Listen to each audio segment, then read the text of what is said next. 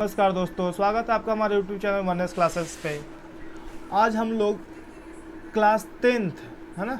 आज हम लोग क्या पढ़ने वाले, क्लास 10th का जो हमारा बुक है ना बिहार बोर्ड का, क्या है नाम उसका, गोधुली भाग 2 है ना।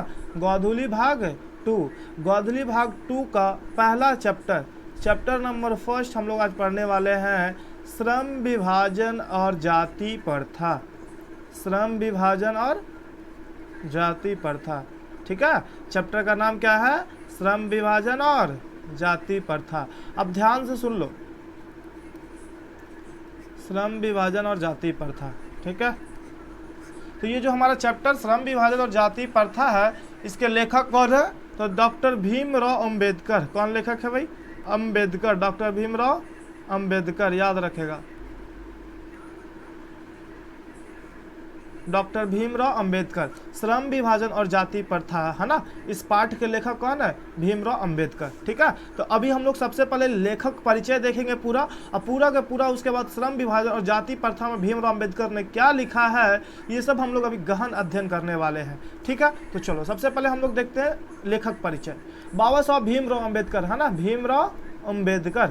अब बाबा साहब भीमराव अंबेडकर का जन्म कब हुआ था, 14 अप्रैल 1891 ईस्वी को। ध्यान से सुनिए आप लोग, ठीक है ना, कि बाबा साहब भीमराव अंबेडकर का जन्म 14 अप्रैल 1891 ईस्वी में महू मध्य प्रदेश में एक दलित परिवार में हुआ था, ठीक है।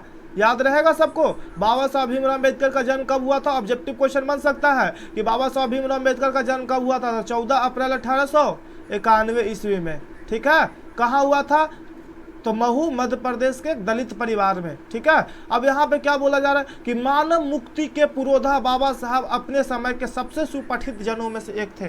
मतलब क्या हुआ ना कि मानव के विकास करने वाले, मानव के प्रति जो कुप्रथा था उसको हटाने वाले बाबा साहब भीमराव अंबेडकर, मानव को मुक्ति दिलाने वाले बाबा साहब भीमराव अंबेडकर क्या थे ना कि अपने समय के सबसे पठित सुपठित जनों में से एक थे। सुपठित मतलब कि सबसे ज्यादा पढ़े लिखे लोगों में से एक थे, है ना। चलो, प्राथमिक शिक्षा के बाद बड़ोदरा नरेश के प्रोत्साहन पर उच्चतर शिक्षा के लिए न्यूयॉर्क और फिर वहां से लंदन गए, ठीक है। देखो सबसे पहले उनकी प्राथमिक शिक्षा कहाँ हुआ, तो अपने आसपास के गांवों से हुआ, ठीक है। जो कि उनका गांव कहाँ था, महू मध्य प्रदेश में, तो वहीं पे अपने आसपास के गांव से हुआ। उसके बाद उन्होंने क्या किया कि उनकी प्राथमिक शिक्षा जब कंप्लीट हो गया, जब पूरा हो गया, तो बड़ोदरा के जो नरेश थे, जो बड़ोदरा नरेश अर्थात कि राजा, जो बड़ोदरा नरेश जो राजा थे ना, उनके प्रोत्साहन मतलब कि उनको बढ़ावा दिया गया, प्रोत्साहन पर उच्चतर शिक्षा मतलब हायर एजुकेशन के लिए, उच्चतर शिक्षा के लिए न्यूयॉर्क, है ना, कहाँ गए, न्यूयॉर्क अमेरिका गए, फिर वहां से लंदन इंग्लैंड गए, ठीक है ना। पूछा जा सकता क्वेश्चन कि बाबा साहब भीमराव अंबेडकर की उच्चतर शिक्षा कहाँ से प्राप्त हुई थी, तो न्यूयॉर्क अमेरिका से और लंदन इंग्लैंड से, ठीक है ना। न्यूयॉर्क का एक शहर है, कहाँ का, अमेरिका का, और उसी प्रकार से इंग्लैंड क्या है, इंग्लैंड की राजधानी लंदन है ना। तो उनकी शिक्षा कहाँ से हुई थी, उच्चतर शिक्षा न्यूयॉर्क और लंदन से, याद रहेगा ना सबको। चलो, उन्होंने संस्कृत का धार्मिक, पौराणिक और पूरा वैदिक वाणिज्य अनुवाद के जरिए पढ़ा और ऐतिहासिक सामाजिक क्षेत्र में अनेक मौलिक स्थापनाएं प्रस्तुत की। जैसे कि जितना भी संस्कृत भाषा में लिखा हुआ था धार्मिक ग्रंथ, जैसे पुराण हो गया, वेद हो गया, रामायण हो गया, महाभारत हो गया, मनुस्मृति हो गया, इन सभी ग्रंथों को उन्होंने पढ़ा, उसके कर्मों को जाना कि उस ग्रंथ में, उस वैदिक ग्रंथ में जो उसका अनुवाद किया हुआ उसमें क्या लिखा गया है ना, वो धर्म क्या बताता है, ठीक है। तो पूरा उन्होंने जितने भी संस्कृत में लिखे गए थे ना, उन सभी को क्या किया, वो उनका अनुवाद मतलब कि ट्रांसलेट क्या हुआ, क्योंकि उनको संस्कृत का मतलब उतना गहन अध्ययन ना होगा, इसलिए वो उन्होंने क्या किया, अनुवाद को पढ़ा, ठीक है ना। मतलब उसको हिंदी में अनुवाद किया गया होगा या अंग्रेजी में अनुवाद किया गया होगा, ठीक है। सब मिलाकर वे क्या थे, तो देखो वो क्या थे। अब इतना ज्यादा कोई चीज होता नहीं है, कोई व्यक्ति, सबसे सुनो पहले मिलाकर, सब मिलाकर वे इतिहास मीमांसक, मतलब इतिहास के बारे में टिप्पणी करने वाला व्यक्ति, इतिहास की जानकारी रखने वाला व्यक्ति। दूसरा, विधेयता मतलब एडवोकेट, है ना, जिसको वकील कहते हैं, ठीक है। इसके अलावा क्या, अर्थशास्त्री। अर्थशास्त्री किसको कहते हैं, जो रुपया पैसा अर्थव्यवस्था ये सब के बारे में जानकारी रखता है, ठीक है ना, उसको क्या कहते हैं, अर्थशास्त्री कहते हैं। इसके अलावा क्या, समाज शास्त्री, जो समाज के बारे में बताता हो, समाज के कुप्रथा, समाज के जो सही व्यवस्था उस पर टिप्पणी करता हो, उस पर बताता, उस पर लिखता हो, तो उसको क्या कहते हैं, समाज शास्त्री है ना। तो वो समाज शास्त्री भी थे। उसके साथ साथ वो शिक्षाविद थे। शिक्षाविद मतलब कि जो पढ़ाई लिखाई करवाता हो, जो पढ़ाई लिखाई से संबंधित व्यक्ति हो, बड़ा बड़ा प्रोफेसर हो, जो विश्वविद्यालय के चांसलर हो, है ना। तो इस तरह के व्यक्ति जो भी शिक्षा से संबंधित कार्य करता हो, शिक्षा से संबंधित संस्था चलाता हो, तो उसको क्या बोलते हैं हम लोग, शिक्षाविद कहते हैं। तो वो शिक्षाविद भी थे। उसके साथ साथ वो धर्म दर्शन के व्याख्यात बनकर उभरे। धर्म दर्शन मतलब क्या होता है, धर्म दर्शन मतलब कि धर्म के बारे में बताना, है ना, धर्म के अच्छाइयों को, धर्म के बुराइयों को व्याख्या करके उन्होंने मतलब कि वो व्याख्यात करने वाले के रूप में उभरे, ठीक है। स्वदेश में उन्होंने कुछ समय तक वकालत की है, ठीक है, क्योंकि वो उन्होंने वकालत की पढ़ाई किया, तो वो वकालत करेंगे ना, तो कुछ समय के लिए अपने देश में उन्होंने वकालत किया।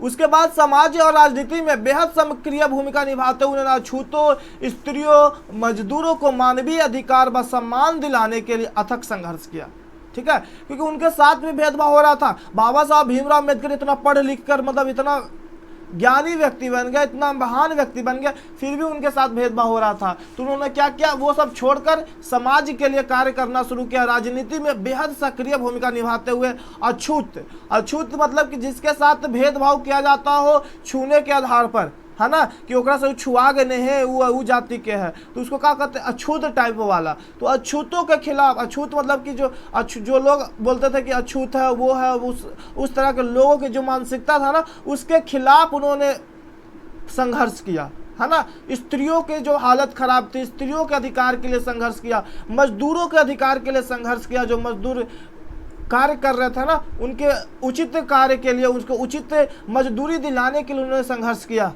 ठीक है। उनके रचनात्मक एवं प्रेरणात्मक व्यक्ति कौन थे, तो देखिए बाबा साहब भीमराव अम्बेडकर के ना 3 मुख्य रूप से प्रेरक व्यक्ति थे। अब वो कौन कौन थे, बुद्ध, कबीर और ज्योतिबा फुले। बुद्ध के बारे में सबको पता है ना, कि बुद्ध कैसे व्यक्ति थे। बुद्ध बौद्ध धर्म के संस्थापक थे, ठीक है।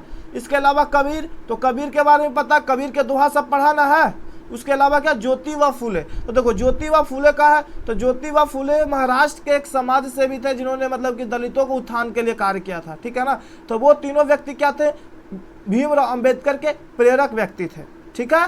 समझ में आ रहा है सबको। तो भीमराव अम्बेडकर के प्रेरक व्यक्ति कौन, बुद्ध, कबीर और ज्योतिबा फुले। इसके अलावा बोला जा रहा है कि भारत के संविधान निर्माण में उनकी महती भूमिका और एकनिष्ठ समर्पण के कारण ही हम उन्हें भारतीय संविधान के निर्माता कहकर श्रद्धांजलि देते हैं, ठीक है। मतलब भारतीय संविधान में उनकी इतनी ज़्यादा महान भूमिका था, इतना ज़्यादा भूमिका था ना, कि हम लोग क्या कहते हैं, संविधान निर्माता, संविधान के पिता, है ना, संविधान के जनक के रूप में उन्हें हम लोग बोलकर श्रद्धांजलि अर्पित करते हैं, ठीक है। बाबा साहब भीमराव अम्बेडकर की मृत्यु कब हो गई थी, तो दिसंबर 1956 ईस्वी में दिल्ली में बाबा साहब भीमराव अम्बेडकर की निधन हो गया, अर्थात मृत्यु हो गया। तो यहाँ पे कई सारा ऑब्जेक्टिव क्वेश्चन इसमें से निकल रहा है, जैसे कि हम क्वेश्चन पूछ सकते हैं कि बाबा साहब भीमराव अम्बेडकर का जन्म कब हुआ था, पहला ऑब्जेक्टिव क्वेश्चन। बाबा साहब भीमराव अम्बेडकर का जन्म कहाँ हुआ था, है ना। बाबा साहब भीमराव अम्बेडकर की प्राथमिक शिक्षा कहाँ हुई थी, किसकी प्रोत्साहन पर उन्होंने उच्चतर शिक्षा प्राप्त किया, है ना, उन्हें किन किन चीज़ों की ज्ञान था, है ना। तो ये सब क्वेश्चन बन सकता है। भीमराव अम्बेडकर के 3 प्रेरक व्यक्ति कौन कौन थे, इनकी मृत्यु कब हुआ, ये सब क्वेश्चन ऑब्जेक्टिव में बन सकता है। अब आ जाते हैं हम लोग बाबा साहब अम्बेडकर की रचनाएं पे। बाबा साहब ने अनेक पुस्तकें लिखी, क्या अनेक पुस्तकें लिखी है। अब कौन कौन सा पुस्तक लिखे भाई, तो उसमें कई प्रमुख रचनाएं एवं भाषण क्या क्या है देखते हैं। द कास्टेज इन इंडिया, कास्टेज मतलब कि जाति, भारत में जाति, है ना। द कास्टेज इन इंडिया, भारत में जाति, है ना। देयर मैकेनिज्म, और उसकी मैकेनिज्म मतलब कि उसकी क्या क्या प्रॉपर्टी है, क्या क्या नियम था, क्या क्या व्यवस्था था। मैकेनिज्म मतलब वही, ठीक है ना। जेनेसिस एंड डेवलपमेंट, ठीक है। दूसरा अनटचेबल, अनटचेबल मतलब कि छुआछूत वाला, ठीक है ना, कि उसको नहीं छू सकते हैं, ठीक है, वही untouchable. Who are they, who are they, वे कौन है, हु आर दे, वे कौन है, ठीक है। हु आर शूद्राज, शूद्राज कौन है, ठीक है, जिसको शूद्र लोग कहते थे ना वर्ण व्यवस्था के आधार पे, कि वर्ण व्यवस्था के आधार पे 4 भागों में बांटा गया था भारतीय समाज को, ब्राह्मण, क्षत्रिय, वैश्य और शूद्र। तो वो कुछ एक किताब लिखे थे, एक रचना लिखा था जिनका नाम क्या था, हु आर शूद्राज, ठीक है। तो ये हु आर शूद्राज मतलब कि शूद्र कौन थे, ठीक है। बुद्धिज्म एंड कम्युनिज्म, ठीक है, बुद्धिज्म मतलब बुद्ध की विचारधारा है ना, बुद्ध की विचारधारा, और कम्युनिज्म का विचारधारा। बुद्धिज्म मतलब कि शांति है ना, बुद्ध का उद्देश्य क्या था, शांति बनाकर रखना है ना, सद्भाव बना रहना समाज में है ना, झूठ नहीं बोलना, हिंसा नहीं करना। लेकिन कम्युनिज्म, अब कम्युनिज्म का विचार क्या होता है, हिंसा करना है ना, नफरत करना, इस तरह का विचार होता है किसका, कम्युनिज्म का, ठीक है। इसके अलावा का Buddha and his Dhamma, Buddha and his Dhamma, Buddha and his Dhamma, ठीक है, याद रहेगा सबको, बुद्धा एंड हिज धम्मा। चलो इसके अलावा क्या है, थॉट ऑन लिंग्विस्टिक स्टेट है ना, थॉट ऑन लिंग्विस्टिक स्टेट मतलब लिंग के आधार पर, ठीक है।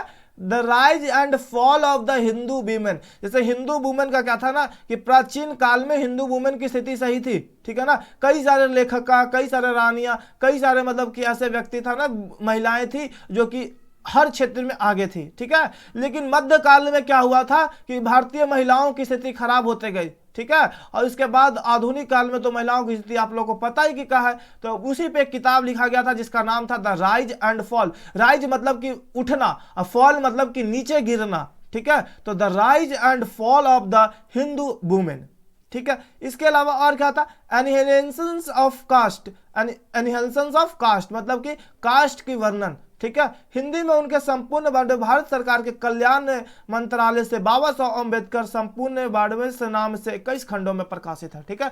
मतलब कि जो भारत सरकार का कल्याण मंत्रालय है ना, उसमें वो क्या किया गया, बाबा साहब अम्बेडकर के नाम से 21 खंडों में प्रकाशित किया गया है।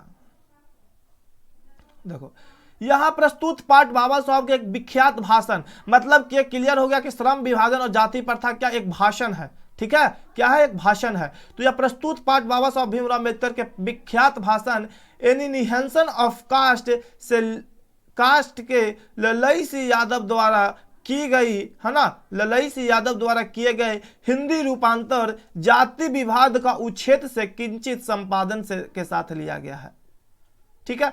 मतलब ये क्या है, जो जाति भेद जो ललई सिंह यादव के द्वारा ये किया गया था, अनुवाद किया गया था हिंदी में, ठीक है ना। तो वो हिंदी का अनुवाद है, किसके द्वारा किया गया है, ललई सिंह यादव के द्वारा, ललई सिंह यादव के द्वारा हिंदी में रूपांतरित किया गया है। किसको, एनहेंसेंस ऑफ कास्ट। अब उसी का एक भाग है क्या, जाति व्यवस्था और श्रम विभाजन। अब ये भाषण किस लिए लिखे थे, तो यह भाषण बाबा साहब भीमराव अम्बेडकर एक सभा में, एक रैली में अध्यक्षीय भाषण देने के लिए लिखे थे। जाति पाति तोड़क मंडल जो कि लाहौर की एक समिति था, एक संगठन था जिसका नाम था जाति पाति तोड़क मंडल, जो कि लाहौर में एक वार्षिक सम्मेलन होने वाला था, कब, 1936 में। अब उसी की अध्यक्षीय भाषण के रूप में इसे तैयार किया गया था, श्रम विभाजन और जाति प्रथा को। परंतु इसकी क्रांतिकारी दृष्टि से आयोजकों की पूर्णता सहमति न बन सकने के कारण सम्मेलन को स्थगित करना पड़ा, ठीक है। मतलब कि अब भाषण या सम्मेलन जाति पार्टी तोड़क मंडल का जो वार्षिक सम्मेलन था वो हो नहीं पाया था, ठीक है ना। परंतु इसकी क्रांतिकारी दृष्टि से आयोजकों की पूर्णता सहमति न बन सकने के कारण सम्मेलन स्थगित हो गया और इसे पढ़ा ना जा सका। बाद में बाबा साहब ने इसे स्वतंत्र पुस्तिका का रूप दे दिया। प्रस्तुत आलेख में वो भारतीय समाज में श्रम विभाजन के नाम पर मध्ययुगीन अविष्ट संस्कारों के रूप में बरकरार जाति व्यवस्था, मानवीय नरसंगिक न्याय और सामाजिक सद्भाव के दृष्टि पर विचार करते हैं। मतलब कि इस व्यवस्था में, इस प्रस्तुत जो हमारा भाषण है ना, इस भाषण में बाबा साहब अम्बेडकर जाति व्यवस्था पर बहुत गहरा प्रभाव डालते हैं, बहुत गहरा चोट पहुंचाते हैं जाति व्यवस्था और श्रम विभाजन पर। जाति प्रथा का जो विषमता पूर्वक सामाजिक आधार है ना, जो समानता की अधिकारों को नहीं दर्शाता है, उस पर एक वो असर डालते हैं, प्रभाव डालते हैं। रूढ़ पूर्वाग्रह और लोकतंत्र पर उसकी अस्वस्थ कार्य प्रकृति पर भी यह एक संप्रवित विविधता का दृष्टिकोण उभरा है। भारतीय लोकतंत्र के भावी नागरिकों के लिए अत्यंत शिक्षाप्रद है। यह आलेख हर भारतीय नागरिकों को पढ़ना चाहिए। भारतीय नागरिक के भावी जो हमारे नागरिक होने वाले, जो हमारे विद्यार्थी हो, जो आगे चल के आप एक भारत के अच्छे नागरिक बनोगे तो अच्छे नागरिक को जाति व्यवस्था पर ये बाबा साहब भीमराव अंबेडकर की जो आलेख है ना उसे पढ़ना चाहिए। अब क्या आलेख लिखे बाबा साहब अंबेडकर, अब हम उसको पूरा पढ़ने वाले हैं और उसका पूरा एनालिसिस करने वाले, वर्णन करने वाले, ध्यान से आप लोग को देखना है, ठीक है। तो चलिए आगे हम लोग बढ़ते हैं और चलते हैं बाबा साहब भीमराव अंबेडकर के भाषण पे, जिसका नाम है श्रम विभाजन और जाति प्रथा। अब ध्यान से आप देखिए श्रम विभाजन और जाति प्रथा में क्या कहा जा रहा है। पहला लाइन क्या है, यह विडंबना की बात है। विडंबना मतलब कि शोक की बात है, चिंतन करने की बात है, सोचने की बात है कि इस युग में भी जातिवाद के पोषक की कमी नहीं है। मतलब जातिवाद के मानने वाले लोगों की कमी नहीं है। वैसे लोग समाज में अभी भी है जो जाति व्यवस्था को मानते हैं, अभी भी कहते हैं कि ऊंचा जाति से हूं मैं, ऊंचा जाति का हूं, तुम नीचा जाति को, हम लोग साथ में नहीं बैठ सकते हैं, साथ में नहीं खा सकते हैं, साथ में बात नहीं कर सकते हैं, हम तुमसे छुआ जाएंगे, इस तरह की भावना रखते हैं। तो जाति व्यवस्था के पोषकों की कमी अभी भी नहीं है। इसके पोषक कई आधार पर इसका समर्थन करते हैं। मतलब कि जो जातिवाद को मानने वाले लोग हैं, जो जाति व्यवस्था को मानने वाले लोग हैं ना, वो कई आधार पर इस व्यवस्था का समर्थन करते हैं, कहते हैं कि यह व्यवस्था सही है। अब कैसे है हम लोग देखते हैं। समर्थन का आधार पर यह कहा जाता है कि आधुनिक सभ्य समाज कार्य कुशलता के लिए श्रम विभाजन को आवश्यक मानता है। अब जो जातिवाद को मानने वाले लोग हैं ना, वो कहते हैं कि जो अगर कार्य कुशलता अगर हमें समाज में चाहिए, अगर सही से कार्य कराना है तो उसके लिए जाति व्यवस्था सही होना चाहिए। जो जाति व्यवस्था को मानने वाले लोग हैं ना, उनका कहना होता है कि एक नाई है तो उसका बेटा भी नाई बनेगा, एक ठाकुर है तो उसका बेटा भी क्या बनेगा, ठाकुर बनेगा, एक बढ़ई है तो उसका बेटा भी बढ़ई बनेगा, मतलब कोई भी एक पंडित है तो उसका बेटा भी पंडित ही बनेगा। इस तरह का वो विचार रखते हैं। अब इस तरह के विचार रखने वाले लोग कहते हैं कि अगर बाल सही से कटवाना है नाई से तो इसलिए हमें नाई ही अच्छा से काटेगा। ऐसा नहीं है। आज बड़े बड़े सैलूनों में, आज बड़े बड़े स्टार सैलूनों में, 5 स्टार सैलूनों में कई सारे आज कारीगर होते हैं जो कि नाई नहीं होते हैं, है ना। बड़े बड़े फर्नीचर बनाने वाले लोग आज बड़े ही नहीं होते हैं लेकिन अच्छे से बनाते हैं, है ना। पंडित, हर ज्ञानी पंडित नहीं होता है आज, है ना। तो ये हमारी जो श्रम विभाजन के लिए कार्य कुशलता को जो है ना वो समर्थन के आधार मानते हैं। उनका कहना है कि अगर जाति व्यवस्था, है ना, कार्य कुशलता अगर हमें सही से कार्य कराना है तो उसके लिए जाति व्यवस्था होना अति आवश्यक है। लेकिन यह व्यवस्था आज के समाज में कारगर नहीं है, बाबा साहब अम्बेडकर कहते हैं, लेकिन उनकी बातों पे हमें विचार करने की आवश्यकता है। क्योंकि जाति प्रथा भी श्रम विभाजन का ही दूसरा रूप है ना। क्योंकि हर इस जाति का एक कार्य निश्चित है कि अगर वो नाई है तो बाल काटने का कार्य करेगा, अगर वो पंडित है तो पूजा कराने का कार्य करेगा, है ना। अगर वो बढ़ई है तो लकड़ी काटने का कार्य करेगा, अगर वो कुम्हार है तो मट्टी का बर्तन बनाने का कार्य करेगा, अगर वो लोहार है तो लोहा पीटने का कार्य करेगा, अगर वो कहार है तो डोली उठाने का कार्य करेगा। इस प्रकार से भारत में जो भारत की जाति व्यवस्था है ना उसको बांट दिया गया है। अब उस जाति के आधार पर ही कार्य को फिक्स कर दिया गया है। हमारे प्राचीन समय में इस प्रकार से व्यवस्था था कि दूसरे जाति के लोग दूसरे जाति के कार्य नहीं कर सकते। जैसे कि एक लोहार ही लोहा पुट सकता है, एक नाई ही बाल काट सकता है, एक पंडित ही पूजा करा सकता है। इस प्रकार से फिक्स था कि हमारा कौन जो जाति व्यवस्था के लोग हैं वही कार्य करेंगे, है ना। इसलिए कहा गया है कि जाति प्रथा ही श्रम विभाजन का कहा है दूसरा रूप है। इसलिए इसमें कोई बुराई नहीं है। ऐसा कौन कहता है? जातिवाद के समर्थक कहते हैं। इस तर्क के संबंध में पहली बात तो आपत्तिजनक है कि नहीं आपत्तिजनक? आपत्तिजनक मतलब कि यह बात सही नहीं है, इसमें प्रॉब्लम है, समस्या है इस बात पर, यह बात सही नहीं है। अब यह बात सही कैसे नहीं, हमें ध्यान से समझना है। जाति प्रथा श्रम विभाजन के साथ साथ श्रमिक विभाजक का भी रूप ले लिया है ना। क्योंकि एक नाई, एक ठाकुर ही नाई का कार्य करेगा, बाल काटने का कार्य करेगा। अब वो उसका जीविकोपार्जन का साधन हो गया, अब वो उसी पे आधारित है। अब वो दूसरा कार्य नहीं कर सकता है। उसकी आय की स्रोत, उसकी पैसा आने की स्रोत, उसकी इनकम का स्रोत वो व्यवस्था ही है। अब वो व्यवस्था वो बाल काटने का कार्य नहीं इसलिए कर रहा है क्योंकि वो ठाकुर है। अब उसकी इंटरेस्ट हो अथवा ना हो, अगर उसकी मतलब कि इंटरेस्ट ना होगा फिर भी वो कार्य को करेगा। ऐसा हमारे व्यवस्था थे। अब इस व्यवस्था में कहा जा रहा है कि यह व्यवस्था क्या आपत्तिजनक है, और इसलिए कि जाति प्रथा श्रम विभाजन के साथ साथ सामाजिक विभाजक का भी रूप लिया है। श्रम विभाजन निश्चय ही सभ्य समाज की आवश्यकता है। बोले कि श्रम विभाजन तो होना चाहिए, लेकिन क्या, परंतु किसी भी सभ्य समाज में श्रम विभाजन की व्यवस्था श्रमिकों को विभिन्न वर्गों में अस्वाभाविक विभाजन नहीं करता है। जैसे कि अगर मान लिया जाए कि एक नाई वर्ग है, एक ठाकुर वर्ग है, एक पंडित वर्ग है। अब ये जो पंडित वर्ग है, ठाकुर वर्ग है, अब इसके कार्य के आधार पे इसकी इज्जत, इसकी समाज में रुतबा, इसकी रिस्पेक्ट को तोला जाता है कि अगर एक नाई है और एक पंडित है तो उसमें काफी फर्क है। अगर एक मोची और पंडित में काफी फर्क है। पंडित ही पूजा करा सकता है, पंडित को समाज में ऊंचा रुतबा दिया जाता है। उसी प्रकार से जो मोची है उसकी समाज में एक अलग सा रिस्पेक्ट नहीं है, रिस्पेक्ट की कमी मोची क्यों है ना, लोग उसको आकार मारकर बोलते हैं। अब ये प्रॉब्लम की बात है या नहीं है ना। चलिए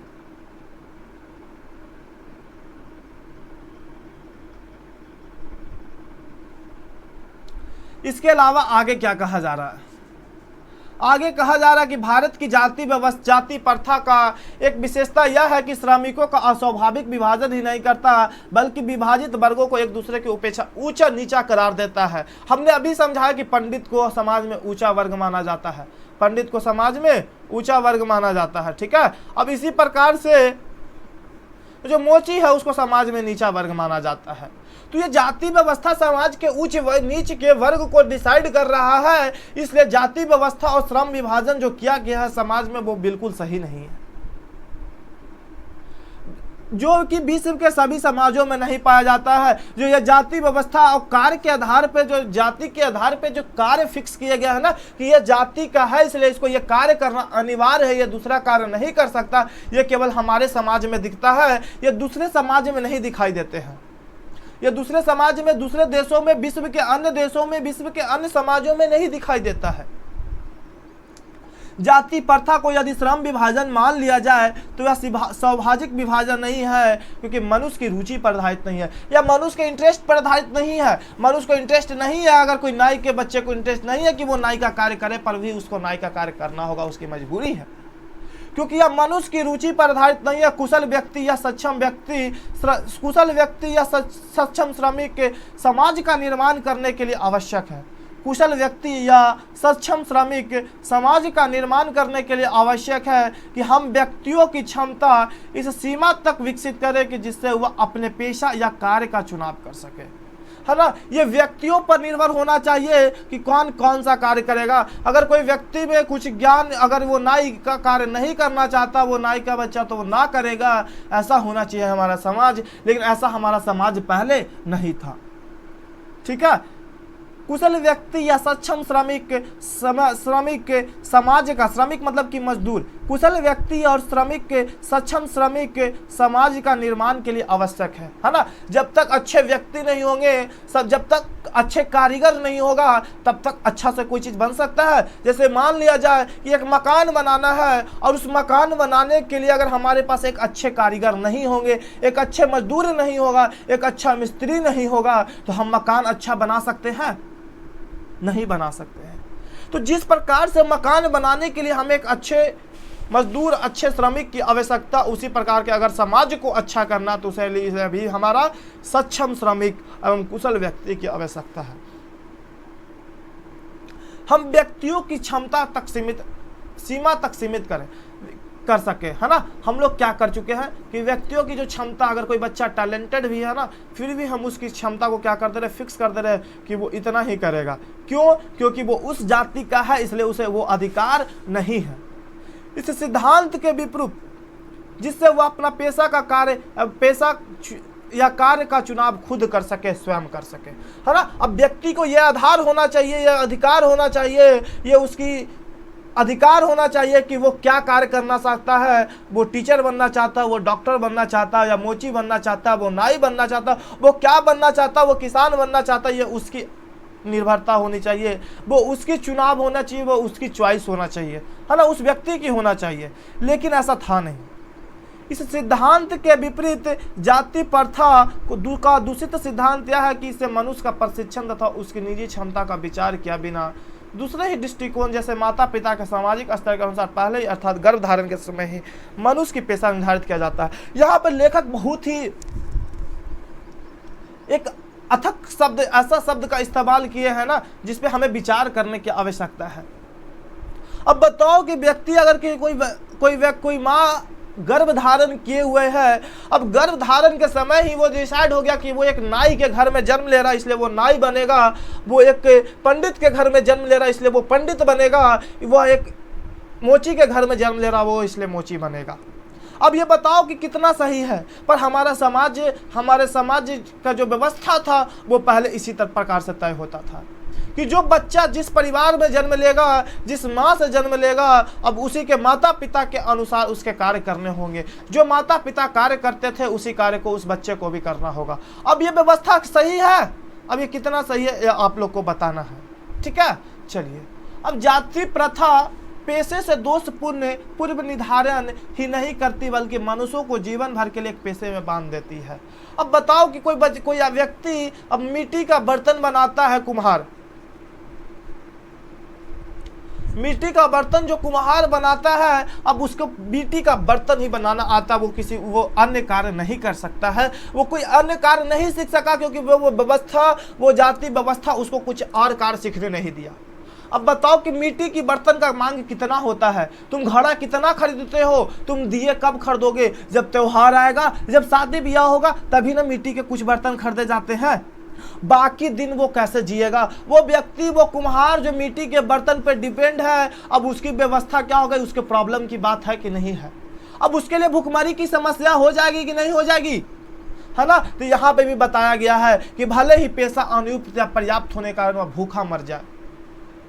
आधुनिक युग में यह स्थिति प्राय आती है क्योंकि उद्योग धंधों की प्रक्रिया व तकनीक में निरंतर विकास, कभी कभी अकस्मात परिवर्तन हो जाते हैं। अब कई ऐसे मशीन आ जाते हैं, जैसे कि अगर मान लो कि कोई रेडियो बनाने वाला मिस्त्री होगा, कोई रेडियो बनाने वाला मैकेनिक होगा, कारीगर होगा। अब बताओ कि रेडियो बनाने वाला कारीगर जो आज से 15 साल 20 साल पहले 25 साल पहले तक जो वो रेडियो बनाने का कार्य करता था, अब वो रेडियो बनाने का कार्य और उसको कोई और कार्य नहीं आता, अब उसको भूखा मरना पड़ेगा क्योंकि अब टेक्नोलॉजी ज़्यादा विकसित हो गया। रेडियो अब हमारे समाज में नहीं है, रेडियो की कोई आवश्यकता नहीं है क्योंकि हमारे पास हाई टेक्नोलॉजी आ गया। अब इस वजह से रेडियो बनाने वाले जो कारीगर हमारे थे ना, अब उन्हें भूख से मरना पड़ेगा, उनके सामने भूखमरी की समस्या आ जाएगी, जिसके कारण मनुष्य को अपना पेशा बदलने की आवश्यकता पड़ती है ना। अब टेक्नोलॉजी ऐसा आ ही गया कि अब रेडियो वालों को बदलना पड़ेगा कि नहीं बदलना पड़ेगा। अब यदि प्रतिकूल परिस्थिति में मनुष्य को अपना पेशा बदलने की स्वतंत्रता ना हो तो वह भूखा मरने के अलावा क्या कर सकता है? उसके पास क्या चारा बचाएगा? उसको कुछ और आता ही नहीं है तो वो भूखे भूखे मर जाएगा, भूखमरी का शिकार हो जाएगा। हमारे हिंदू धर्म को जाति प्रथा किसी भी व्यक्ति को पेशा चुनने की अनुमति नहीं देता है। जो हमारा हिंदू धर्म है ना, वो हमें किसी भी दूसरे व्यवस्था को चुनने की, दूसरे पेशा को चुनने की अनुमति नहीं देता है। तो जो उसका पृथक पेशा ना हो, पृथक मतलब जो उसके माता पिता का पेशा ना हो, भले उसमें प्रांगत हो, इस प्रकार पेशा परिवर्तित की अनुमति हमें जाति व्यवस्था नहीं देती है। न देकर जाति व्यवस्था भारत में बेरोजगारी का प्रमुख और प्रत्यक्ष कारण बना हुआ है। इसलिए पूछा जा सकता है कि भारत में जाति व्यवस्था बेरोजगारी का प्रमुख और प्रत्यक्ष कारण कैसे बना हुआ? तो भारत में जाति व्यवस्था बेरोजगारी का प्रमुख और प्रत्यक्ष कारण इसलिए बना हुआ है क्योंकि हमारी जो हिंदू धर्म है, हिंदू धर्म के अनुसार किसी भी व्यक्ति को अपनी जाति के आधार पे जो उनका पृथक पेशा ना हो, वो पृथक पेशा को बदलने की अनुमति नहीं देता है। अब नहीं देगा अनुमति तो उसे भुखमरी या बेरोजगारी का शिकार होना ही पड़ेगा। इस प्रकार हम देखते हैं कि श्रम विभाजन की दृष्टि से जाति व्यवस्था गंभीर दोषों से युक्त है। जाति प्रथा का श्रम विभाजन मनुष्यों की स्वेच्छा पर निर्भर नहीं रहता। मनुष्य की व्यक्तिगत भावना तथा व्यक्तिगत रुचि का इसमें कोई स्थान या महत्व नहीं रहता है। इस आधार पर हमें यह स्वीकार करना पड़ेगा कि आज के उद्योगों में गरीब और उत्पीड़न इतनी समस्या नहीं है कि जितनी यह कि बहुत से लोग निर्धारित कार्य से अरुचि केवल विस्मृत करते हैं। आज हमारे सामने गरीबी और उत्पीड़न की समस्या तो है ही है, लेकिन वो इतनी बड़ी समस्या नहीं है जितना कि उनको कार्य के आधार पर, उनकी कार्य में रुचि नहीं होने के आधार पर भी वो कार्य करने के लिए विवश किया जा रहा है। ऐसी स्थिति, अब बताओ कि जो कार्य को करने में व्यक्ति को विवश किया जा रहा है, जिस कार्य को करने में उसे कोई इंटरेस्ट नहीं है, अब वो व्यक्ति अच्छा से किसी कार्य को करेगा? नहीं करेगा। तब यह समस्या की बात है कि नहीं है? अब आगे हम लोग देखते हैं। ऐसी स्थिति स्वभावतः मनुष्य को दुर्भावना से ग्रस्त होकर टालू काम करने और काम करने के लिए प्रेरित करता है ना, कि बोलते ना कि चल करते हैं है ना, कोई काम करे मजे नहीं आ रहा, उसका इंटरेस्ट नहीं है तो वो बढ़िया से काम करेगा। अब किसी टीचर को पढ़ाने में इंटरेस्ट नहीं होता, वो अच्छा से नहीं पढ़ा सकता। अगर कोई मिस्त्री को, कोई मजदूर को काम करने में इंटरेस्ट नहीं जग रहा, वो अच्छा से कार्य नहीं कर सकता है। इसलिए कार्य करने के लिए उसकी इंटरेस्ट की आवश्यकता अनिवार्य है। ऐसी स्थिति में जहाँ काम करने वालों का ना दिल लगता हो ना दिमाग लगता हो, कोई कुशलता कैसे प्राप्त कर सकता है? अब बताइए, आप कर सकता है कुशलता? कुशलता मतलब कि अच्छे कार्य करने के लिए उसमें उसका इंटरेस्ट जागृत होना चाहिए। अब किसी व्यक्ति का उसमें दिलचस्पी नहीं है, इंटरेस्ट नहीं है, तो वो कैसे अच्छा कार्य करेगा? अतः यह निर्बाध रूप से यह सिद्ध हो चुका है, यह सिद्ध हो जाता है कि आर्थिक पहलू से भी जाति प्रथा हानिकारक है। अब अच्छे से कार्य नहीं करेगा तो इनकम नहीं होगा, अब इनकम नहीं होगा तो वो आर्थिक रूप से प्रॉब्लम की बात है या नहीं है, हानिकारक है कि नहीं है? क्योंकि यह मनुष्य का स्वाभाविक प्रेरणा, रुचि व आत्मशक्ति को दबाकर उन्हें अस्वाभाविक नियमों में जकड़ कर निष्क्रिय बना देता है।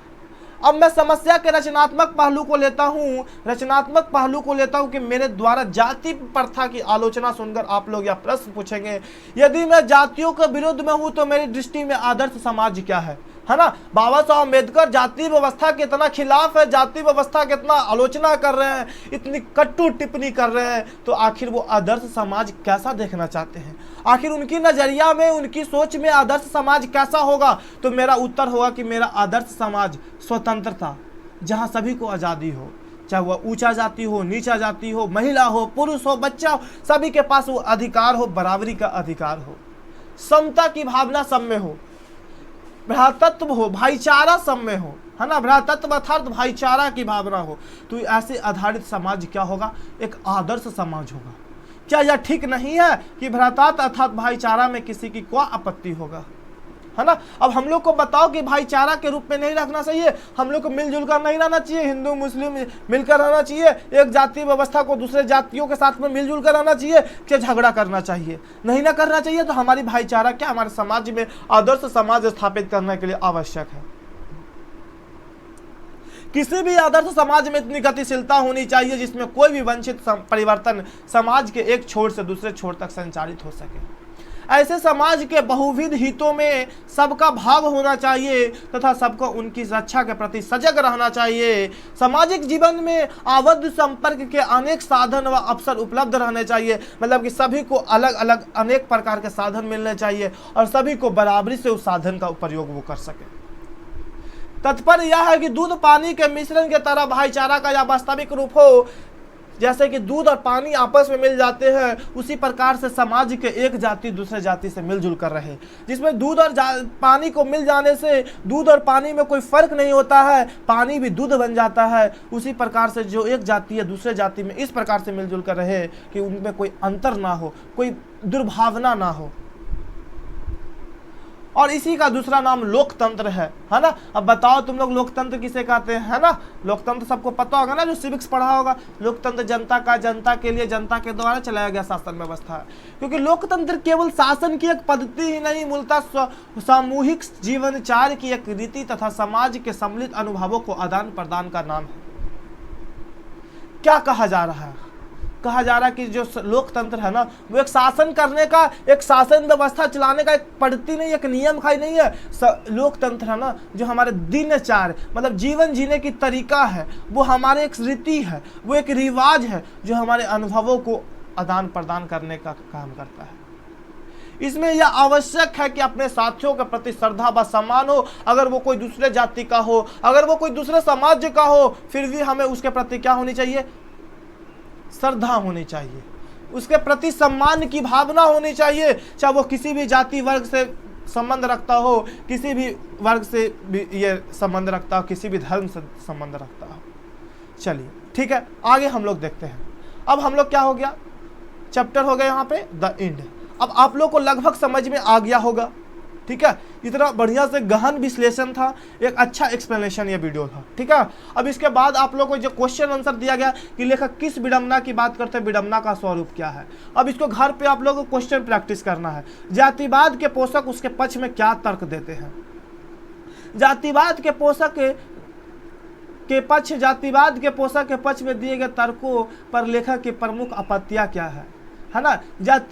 जाति भारतीय समाज में श्रम विभाजन का स्वाभाविक रूप से क्यों नहीं कहा जा सकता है। जाति प्रथा भारत में बेरोजगारी का एक प्रमुख और प्रत्यक्ष कारण बनी हुई है।